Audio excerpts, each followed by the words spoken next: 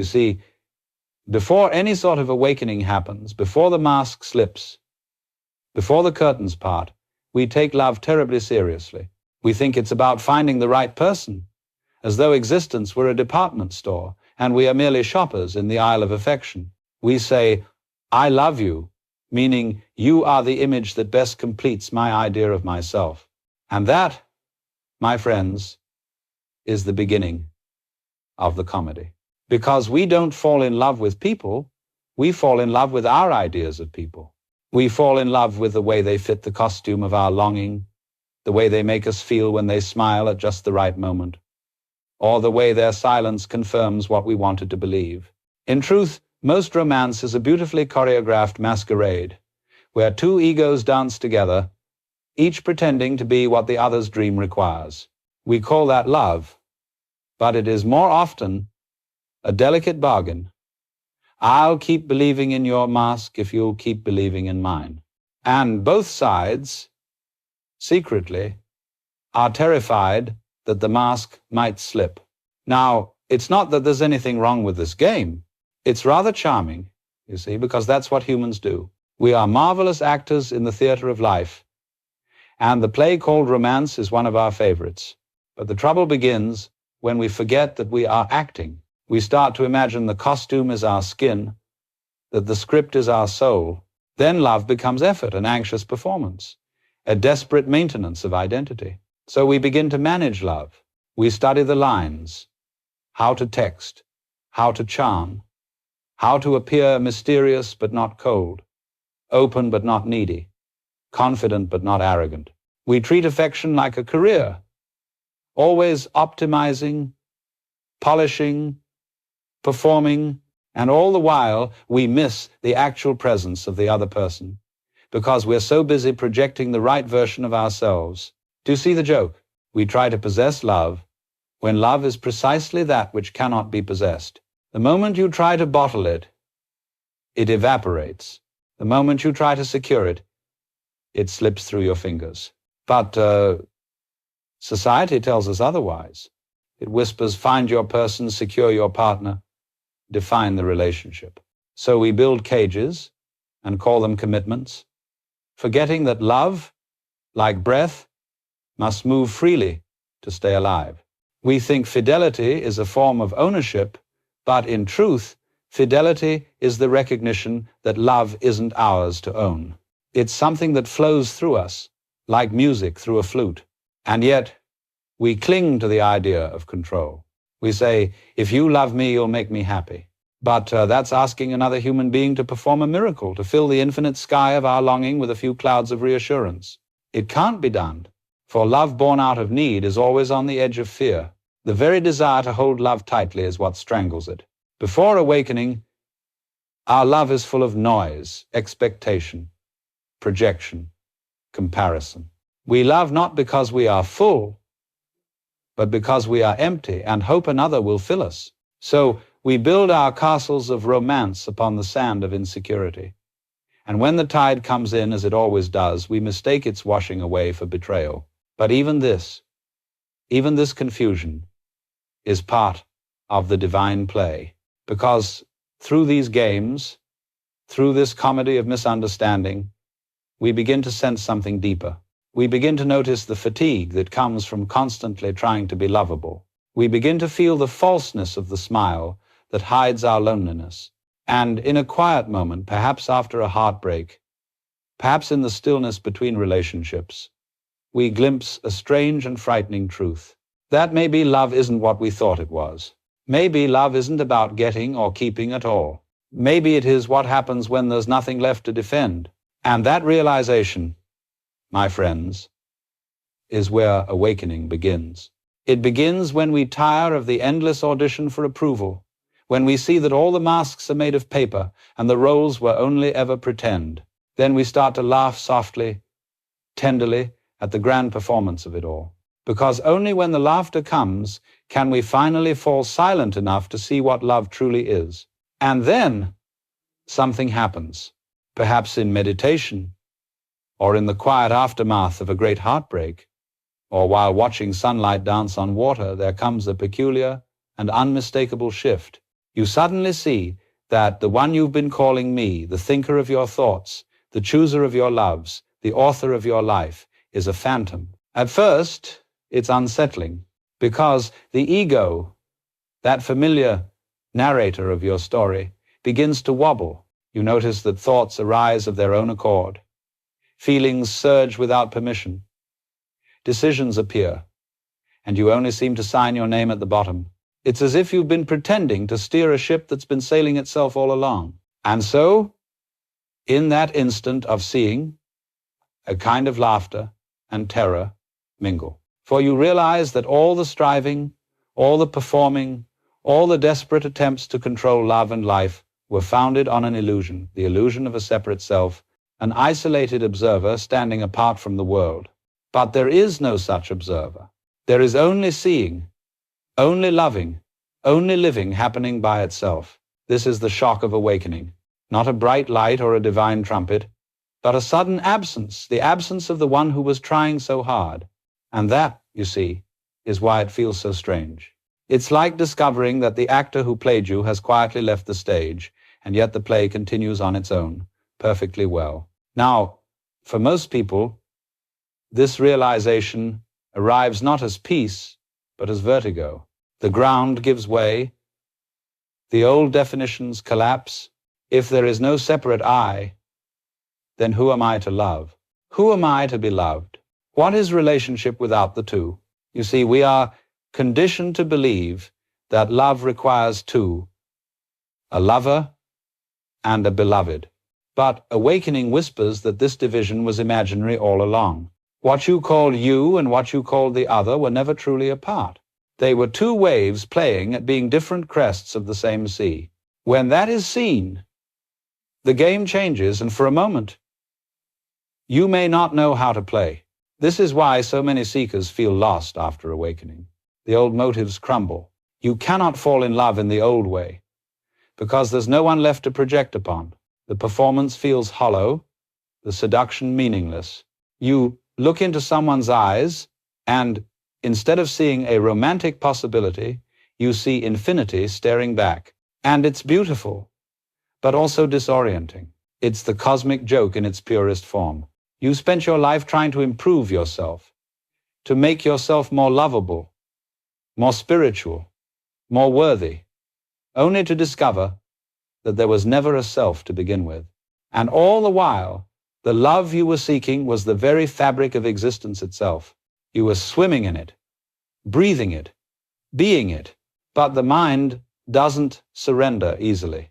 It clings to its identity like a frightened child clutching a toy. It asks, without my story, who will love me? And the answer, whispered by the universe, is both terrifying and tender. No one, because there is no separate you to love. There is only love, loving itself. This realization is not a thought to be grasped. It is a dissolution. It washes through you like rain through dust, leaving behind only freshness, only clarity. Yet, in that freshness, a new kind of stillness appears, and from that stillness, a new kind of relationship is born. It's not the relationship of two lonely egos trying to secure comfort. It's the meeting of reflections in one vast mirror. And when you see that, you cannot go back. The game of love, as you once knew it, has ended, and something far more mysterious has begun. You see, once the mask of the separate self begins to fall away, something remarkable happens. The whole performance of life, that constant pretending and polishing, begins to dissolve. You no longer feel compelled to impress, to charm, to sustain the fragile image of the one who deserves love, because the very need to be loved collapses when you realize that love is not something you receive, it's what you are. For most people, this is disconcerting at first. We are so accustomed to being someone, a lover, a partner, a seeker, that to be simply nobody feels like vanishing. But it is not vanishing, it is liberation. It's the relief of setting down a heavy costume you forgot you were wearing. Before awakening, the self is like an actor trapped in a role, playing tirelessly to an imagined audience. Every gesture, every word, every smile is subtly strategic. Will this make them stay? Will this make them like me? But when the actor realizes there is no audience, only the play itself, the performance stops being effort and becomes dance. And that, you see, is the birth of presence. Because presence isn't something you do, it's what remains when you stop doing. It's that uncontrived, uncalculated aliveness that shines through when you're not trying to be anything at all. So love, after the death of performance, becomes a kind of playfulness. You meet another person not as a character in your story, but as a mystery equal to your own. You don't approach them to get something, attention, security, validation, but simply to meet them here and now as two ripples in the same current of being. And when that happens, conversation ceases to be negotiation. It becomes improvisation, spontaneous, effortless, alive. Now, I'm not suggesting that after awakening you lose all your quirks, your humor, your personality. Not at all. They remain, but they are transparent now. They are like patterns on the surface of water, beautiful, but known to be transient. You can laugh at yourself without defending yourself. You can love without needing to own. You can speak without rehearsing. It's as though life itself takes over the speaking. You find yourself saying things you didn't plan to say, moving in ways you didn't plan to move. The universe, through your body and your voice, begins to play again, freely, joyfully, without a script. But the ego, even in its fading, likes to sneak in through the back door. It whispers, "Ah, now I'm being authentic. Now I'm the awakened one." And again, you smile, because you see the joke. Even the claim of authenticity is another mask, another attempt to be someone special. So you drop that too. You stop trying to be awakened. You stop trying to be anything at all. And then the simplest things become radiant. The touch of a hand, the glance of a stranger, the sound of laughter in the next room. All of it is the universe playing itself, not for applause, not for approval, but simply for the joy of the movement. This is why love, when born from presence, has a peculiar, quiet power. It doesn't demand. It doesn't chase. It doesn't cling. It simply shines like a lamp that has remembered its own light. And whoever comes near, it is gently illuminated, not because you gave them love, but because you stopped withholding it. So the death of performance is not the end of relationship. It is the beginning of communion. It's when two beings meet without pretense, not as actors, but as consciousness recognizing itself through another form. And in that meeting, the entire illusion of separation flickers and fades. At that moment, there is no more me trying to love you. There is only love, loving itself through these eyes, through these hands, through this laughter. And that is the sacred secret, the great simplicity that the mind has been too busy performing to notice all along. You see, even after the mask has fallen, desire does not die. Many spiritual seekers imagine that enlightenment is a kind of anesthetic, that once you awaken, you will no longer feel longing or passion or want. But that is a great misunderstanding, because desire itself is not the problem, only the clinging to it is. Before awakening, desire is a hunger born of absence. You want someone because you believe they will complete you, fill your emptiness, give meaning to your story. You chase them as though they are the missing puzzle piece that will finally make the picture whole. But awakening shows you that there never was a missing piece. The emptiness you felt was not a lack, it was the spaciousness of your own being. And once you see that, desire changes its flavor entirely. Desire becomes like music, it arises and falls, not as craving, but as movement, as rhythm. It is the universe playing itself through you. And the beauty of music is precisely that you do not try to hold any single note. You let it pass to make room for the next. In the same way, awakened desire is not grasping. It is dancing. You see, a flower does not desire the bee because it feels incomplete. It blooms because blooming is what flowers do. And in blooming, it attracts the bee.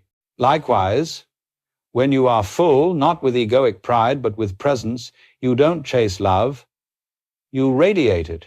And others are drawn to that radiance, not because you need them, but because they recognize themselves in your openness. This is what it means to want without grasping, to feel longing fully, deeply, vividly, but without the fever of possession. Desire then becomes not a chain, but a current. It moves through you, touches another, and flows on, leaving both enriched but unbound. Now, our culture doesn't quite know what to do with that. We are trained to turn every spark of connection into a contract, every moment of affection into an obligation. We confuse intensity with ownership. We think, if I feel this much, I must have this person. But that is like saying, this sunset is so beautiful, I must keep it forever. The moment you reach out to seize it, it's gone. So you see, love and freedom are not opposites. They are the same movement seen from two sides. True love is not holding on. It's allowing. It's the recognition that the beloved is not a possession, but a mirror of the same mystery that breathes through you. And when you can see that, desire becomes sacred. It ceases to be the restless hand of loneliness and becomes the open palm of celebration. Now, that doesn't mean you stop feeling passion or that you drift through life indifferent and detached. Quite the opposite. When you no longer clutch, you can finally taste. When you no longer chase, you can finally see. Every touch, every glance, every moment of closeness becomes infinitely rich because you are not trying to trap it in time. You are simply present with its unfolding, and that is the paradox. To love deeply, you must be willing to let go completely. To feel ecstasy, you must embrace impermanence. For love is not about keeping. It is about allowing the flow of life to move through you unhindered. And when you understand that, you can finally rest in the rhythm of existence, the endless rising and falling of connection and release, meeting and parting, life and death as one eternal dance. When desire becomes dance, the whole world is your lover. Every breeze is a kiss. Every sound is a caress. Every silence is an embrace. And yet, you are free. So the paradox of desire is not to renounce it, but to refine it, to move from craving to celebration, from grasping to gratitude. And that, my friends, is the secret art of wanting without needing, of loving without losing, of being alive without clutching at life. Now, you might imagine that once the self is seen through, all of life becomes a blissful float through space. No conflict, no pain, no disturbance. But the universe, you see, has a marvelous sense of humor, because just when you think you've arrived, along comes another human being, perfectly designed to reveal what you still haven't integrated. Relationships after awakening are not about completing each other, they are about reflecting each other. Every person you meet is a mirror polished by existence to show you where illusion still hides. You see, awakening doesn't erase the personality. It simply exposes it. The old habits, the subtle fears, the buried shadows, they all come up to be seen. Not condemned, but embraced. And who better to bring them up than someone close enough to touch your heart? This is why we are drawn into relationship again and again, not merely to find comfort, but to wake up. The lover, the friend, the family member, these are the living mirrors of the cosmic classroom. They reveal with exquisite precision every corner of the self that still clings, still defends, still separates. So when your partner irritates you, when they misunderstand you, when they press your buttons, the unawakened mind says, this is their fault. But the awakened heart begins to smile and says, "Thank you, my dear, for showing me where I am still asleep."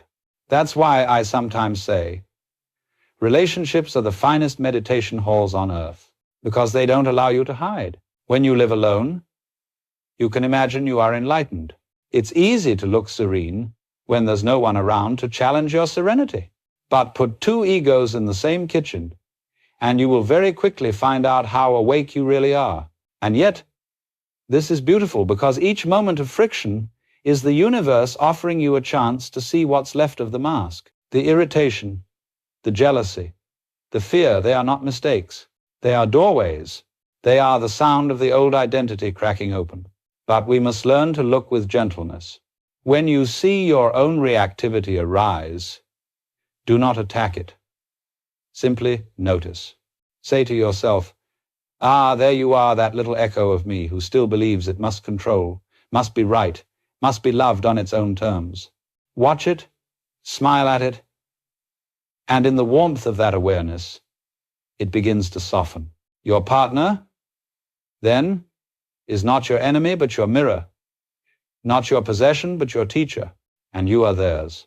Love, in this way, becomes a shared practice, not a game of power, but a dance of mutual revelation. Each time you open your heart to the mirror, you polish it.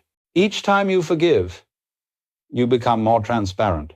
And slowly, two mirrors face one another so clearly that there is no reflection at all, only light passing freely through both. This, you see, is why awakening and relationship are not opposites. Many think they must renounce human connection to find truth. But that, too, is the ego's trick. For truth is not found in isolation, it is found in seeing the divine, even in your frustration, in your conflict, in the everyday comedy of being human together. You may still argue, still stumble, still forget yourself. But now, even in forgetting, there is awareness. Even in anger, there is tenderness. Even in distance, there is the unbroken intimacy of being. So do not flee from relationship in the name of spirituality. Do not imagine that peace lies only in solitude. Rather, enter relationship consciously as a field of awakening. Let every conversation be a meditation, every misunderstanding a mirror, every reconciliation a rebirth. And gradually, you will see that love is not about harmony without friction, but about presence through all its movements. It is a mirror polishing itself, endlessly reflecting the light of the one, looking through both faces. You see, once you've begun to recognize that every relationship is a mirror, a strange kind of freedom arises, the freedom to love without the fear of losing. Because love, in its pure form, is not a possession, but a participation. It is the willingness to dance, knowing full well that every dance must end when the music stops. And the beauty of the dance lies precisely in the fact that it ends. Now, this is difficult for the mind to accept. The ego says, if I love you, I must keep you. It measures affection in terms of security, as though love were a currency to be stored away. But love is not a bank account, it's a song. You can't keep a song, you can only sing it. And when it's sung completely, it vanishes into silence, leaving only the echo of joy. So, the art of loving without clinging begins with the courage to let things be transient, to see that impermanence is not a flaw in life, it's the signature of its beauty. If everything lasted forever, nothing would shine. The flower is lovely because it will wilt, the sunset breathtaking because it will fade. And love, too, is precious, precisely because it cannot be held. Before awakening, we confuse attachment with devotion. We imagine that to care deeply means to hold tightly. We think loyalty means possession, and passion means control. But awakened love is not like that at all. It doesn't need to bind, because it belongs to everything. To love without clinging is to love as the wind loves, the leaves touching, moving, transforming, and then passing on. It doesn't stay to ensure its influence. It trusts that the movement itself is enough. When you can love in this way, every encounter becomes holy, because you are no longer trying to use the other to escape yourself. You are simply celebrating the meeting of two waves before they part again into the ocean. Now, I'm not saying we should avoid commitment, or never promise, or live without intimacy. Not at all. Commitment, when it grows from freedom rather than fear, is one of the most exquisite expressions of love. But you must understand, commitment is not the same as captivity. It is not saying, you belong to me. It is saying, I will meet you fully, and if tomorrow life takes us elsewhere, I will bless you still. That is a very different spirit. It has no coercion in it, no contracts of the heart. It's fidelity, not to the form of the relationship, but to the truth that arises within it. And that truth is ever changing, ever alive. It breathes, just as you do. When you no longer cling, something marvelous happens. You actually feel more love, not less, because the energy once spent in guarding, fearing, controlling, becomes available for presence, for joy, for the sheer experience of connection. The lover no longer suffocates the beloved. Each stands freely, and in that freedom, the connection deepens. It's like opening a window in a room where love had been locked up. Suddenly the air moves, the light comes in, and you remember what breathing feels like. You see, clinging is the shadow of fear, fear of loss, fear of loneliness, fear that without the other, you will cease to exist. But once you know who you are, that you are not a separate fragment, but the very life that animates all forms, then even separation cannot divide you. You can let someone go without resentment, because you understand you were never two beings trying to hold together. You were one life meeting itself under two names. And so, to love without clinging is the ultimate act of trust. Trust not only in the other person, but in life itself, that it knows what it's doing. You stop trying to hold the river in your hands and instead learn to float. You discover that what truly belongs to you cannot be lost, and what can be lost was never truly yours. That, my friends, is the subtle art of love. To hold with open hands, to give without bargaining, to stay without demanding, to leave without resentment. For love, when freed of ownership, becomes what it always was, the simple radiance of being, meeting being, endlessly changing its shapes, yet never ceasing to shine. You see, when love ceases to be a performance, when desire has softened into play, and when clinging has fallen away, something even more extraordinary dawns. You begin to sense that love is not between two at all. It is not a bridge stretched across a gap. It is the ground upon which all things stand. For the ancient illusion of me and you begins to shimmer, like heat rising from a road. You see that what you call self and other were never separate entities. They were the same current, appearing as two eddies in one great stream. And when that is seen, there is no longer lover and beloved, there is only love, expressing itself as both. This is the great revelation of awakening. The cosmos is not a collection of things, but a single dance, a vast, eternal movement of energy, playing at being form.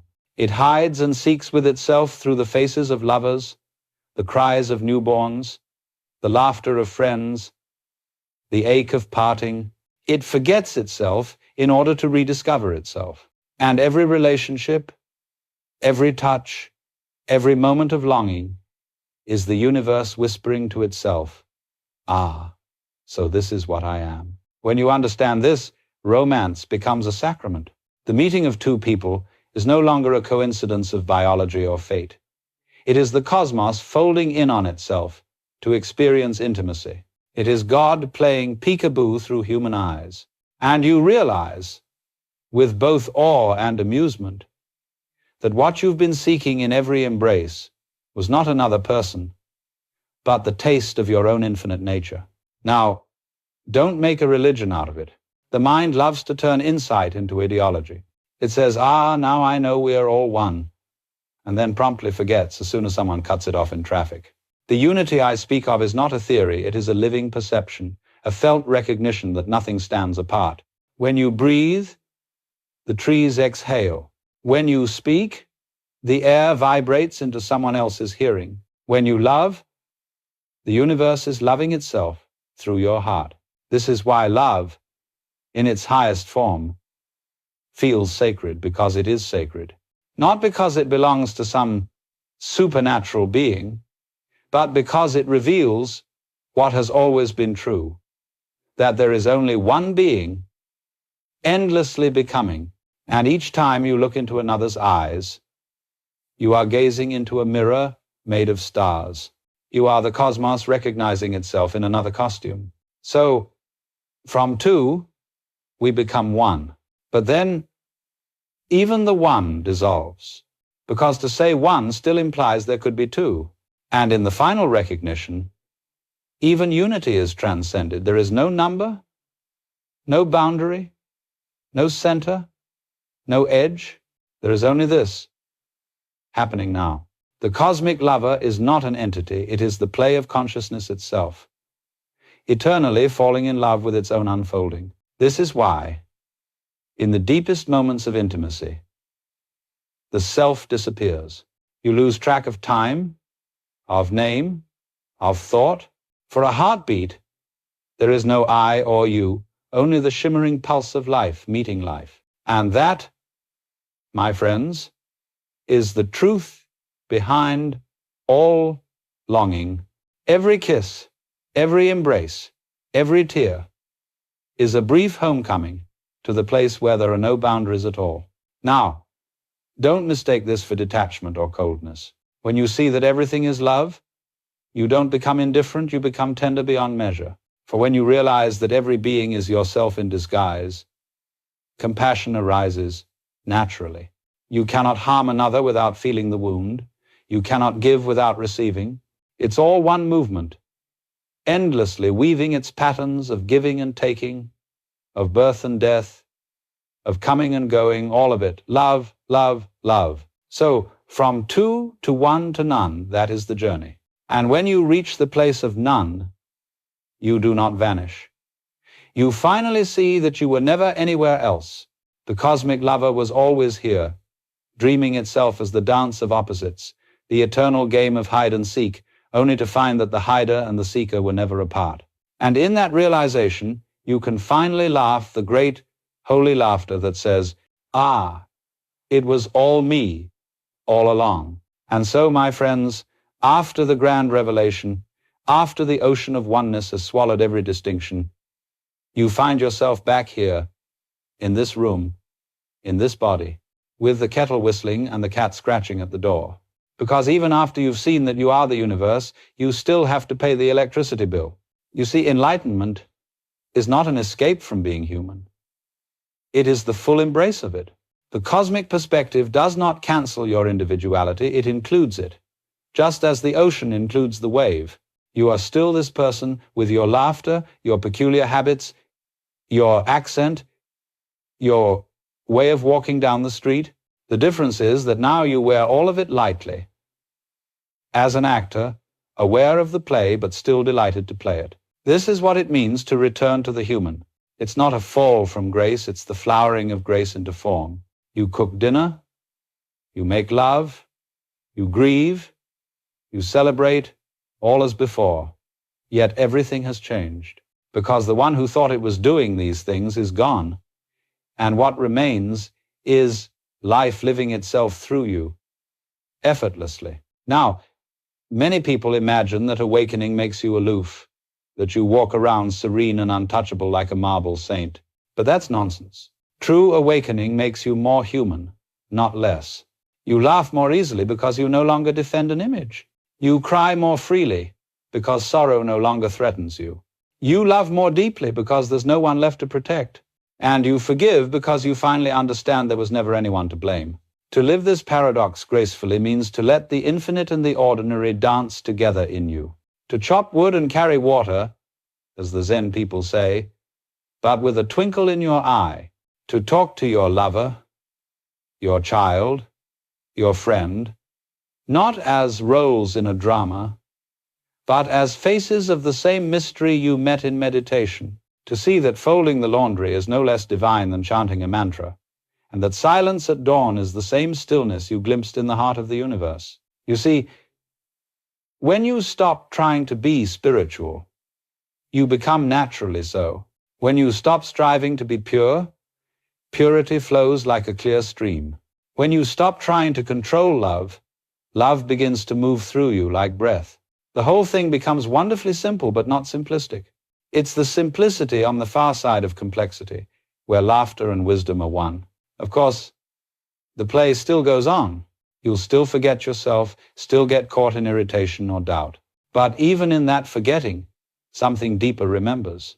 Even in confusion, there is awareness shining quietly beneath. You don't fight with the human anymore, you include it.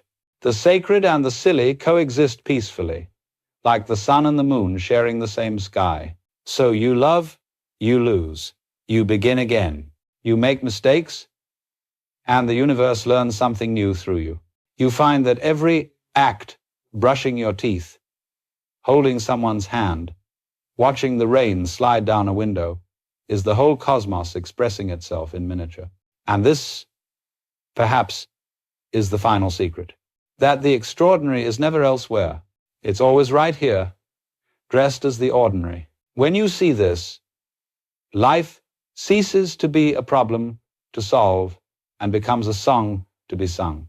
You live not for meaning, but from meaning, the meaning that simply is. You don't need to reach enlightenment. You are enlightenment, momentarily pretending to be a person drinking tea, laughing at a bad joke, or standing barefoot on cold tiles in the morning. And so we return, full circle, from seeking to seeing, from trying to being, from grasping to grace. The cosmic lover returns to the marketplace, carrying water, chopping wood, smiling at strangers, and maybe even falling in love again, not to find completion, but to share in the endless play of form.